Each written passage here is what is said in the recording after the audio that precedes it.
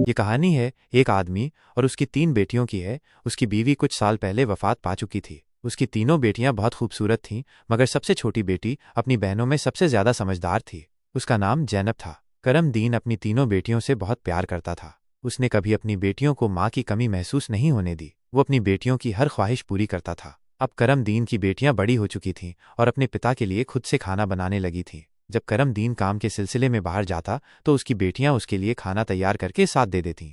उसी गांव में एक बेवा औरत भी रहती थी जिसकी एक बेटी थी। उस बेवा की आदत थी कि वो हर घर में कुछ न कुछ मांगने के लिए चली जाती थी। जब करमदीन की बेटियां अपने पिता के लिए खाना बनातीं तो वो औरत अक्सर उसी समय उनके घर आग मांगने के लिए आ जाती। लेकिन करमदीन की सबसे छोटी बेटी जैनब को वो बेवा औरत बिल्कुल भी अच्छी नहीं लगती थी। जब भी वो औरत उनके घर आती, जैनब अपनी बहनों से कहती, ये औरत हमारे घर क्यों आती है? ये औरत बिल्कुल भी अच्छी नहीं है।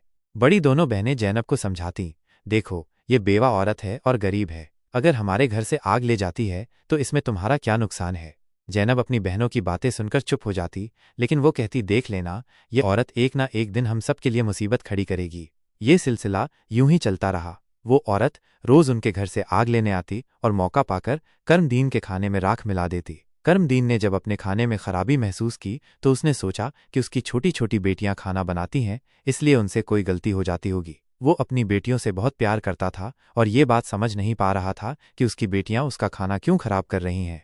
फिर एक दिन करमदीन ने सोचा, आज मैं अपनी बेटियों पर नजर रखूंगा, आखिर मेरी बेटियां अचानक से मेरे खाने में मिलाने क्यों लगी हैं। जब करमदीन की बेटियां खाना बनाने लगीं तो वो छुपकर उन्हें देखने लगा। उसकी बड़ी बेटी साफ पानी से चावल धो रही थी, छोटी बेटी सालन बना रही थी और सबसे छोटी बेटी जैनब बर्तन साफ कर रही थी, जिन बर्तनों में खाना डाला जाना था। कुछ ही देर में खाना पककर तैयार हो गया। खाने में कोई खराबी नहीं थी। करमदीन परेशान था, लेकिन फिर अचानक उसने जो देखा उससे उसके पैरों तले जमीन खिसक गई। उसने देखा कि वही बेवा औरत उनके घर आग लेने आई है और उसकी छोटी बेटी जैनब उससे बहस कर रही है। वहीं उसकी दूसरी बहनें जैनब को समझा रही थीं, कोई बात नहीं जैनब, ये बेवा औरत है, इसे आग लेने दो, बड़ी बहन ने कहा। लेकिन उस बेवा औरत ने आग लेने के बहाने नजरें बचाकर करमदीन के खाने में राख मिला दी और सारा खाना खराब कर दिया। ये देखकर करमदीन को बहुत गुस्सा आया। दूसरे दिन करमदीन ने उस बेवा औरत को अपने घर बुलाया और गुस्से में पूछा, तुम्हारी हिम्मत कैसे हुई मेरा खाना खराब करने की? वो औरत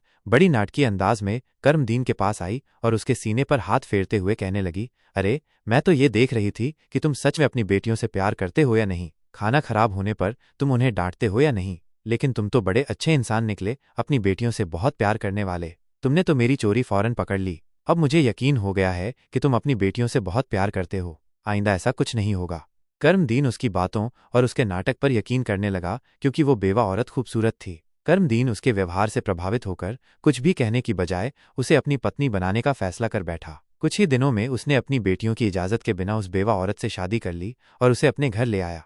शादी के कुछ ही दिनों बाद वो बेवा औरत करमदीन की तीनों बेटियों से सख्त नफरत करने लगी। वो चाहती थी कि किसी भी तरह करमदीन की बेटियां इस घर से निकल जाएं। उसने उन्हें घर से निकालने के लिए तरह तरह के मंसूबे बनाने शुरू कर दिए। वो सोचती थी कि अगर बेटियां घर से चली जाएंगी तो वो और उसकी अपनी बेटी आराम से ऐश की जिंदगी जी सकेंगी। साथ ही करमदीन का पूरा ध्यान सिर्फ उसी और उसकी बेटी पर रहेगा। वो जानती थी कि करमदीन अपनी बेटियों से बहुत मोहब्बत करता है और उन्हें जरा भी दुखी नहीं देख सकता। उसकी अपनी बेटी हमेशा कीमती कपड़े पहनकर घूमती रहती थी, जिससे वो मॉडर्न लगती थी। लेकिन सौतेली माँ ने करमदीन की तीनों बेटियों को घर का सारा काम करने पर मजबूर कर दिया। वो उन्हें ठीक से पेट भर खाना भी नहीं देती थी और धीरे धीरे उनकी दूसरी ज़रूरतें भी कम कर दी। तीनों बहनें हर समय दुखी रहने लगीं। एक दिन 2 बड़ी बहनें रो रही थीं तो जैनब अपनी बड़ी बहनों के पास आई और कहने लगी, प्यारी बहनों, आओ हम तीनों कहीं बाहर चलें ताकि हमारा दिमाग फ्रेश हो जाए। फिर वो तीनों बहनें घर से निकल गईं और चलते चलते एक जंगल में जा पहुंचीं। वहां एक घने दरख्त के नीचे बैठकर वे रो रो कर अपनी माँ को याद करने लगीं। इतने में उनके पास से एक अल्लाह वाले बुजुर्ग का गुजर हुआ। जैनब जमीन पर बैठी रो रही थी और कह रही थी, ऐ मेरे अल्लाह, हम मजलूम लड़कियां हैं और बहुत दुखी हैं। आप देख रहे हैं ना कि हमारी सौतेली माँ हम पे कितना जुल्म करती है। हम कितने दिनों से भूखे हैं। अल्लाह वाले बुजुर्ग पास ही खड़े होकर उनकी बातें सुन रहे थे। फिर वे जैनब से मुखातिब होकर बोले, बेटियों, तुम तीनों यहाँ इस दरख्त के नीचे रोज आती हो, तुम्हें क्या दुख है? तुम मुझे बता सकती हो? जैनब ने रोते हुए अल्लाह वाले बुजुर्ग को सारा वाकया सुना दिया। उनकी बात सुनकर बुजुर्ग को बहुत दुख हुआ। वे बोले, बेटी, यहाँ से थोड़ी दूरी पर मेरी झोपड़ी है, मैं वहाँ रहता हूँ और इबादत करता हूँ। मेरी झोपड़ी के बाहर एक अनार का दरख्त लगा है जिस पर पके हुए अनार लगे हुए हैं। तुम जाओ और उस दरख्त से जितने मर्जी अनार तोड़कर खा लो। ये सुनकर तीनों लड़कियां खुशी खुशी उस झोपड़ी के पास पहुंचीं। उन्होंने देखा कि दरख्त पर बहुत ही खूबसूरत और रसीले अनार लगे हुए हैं।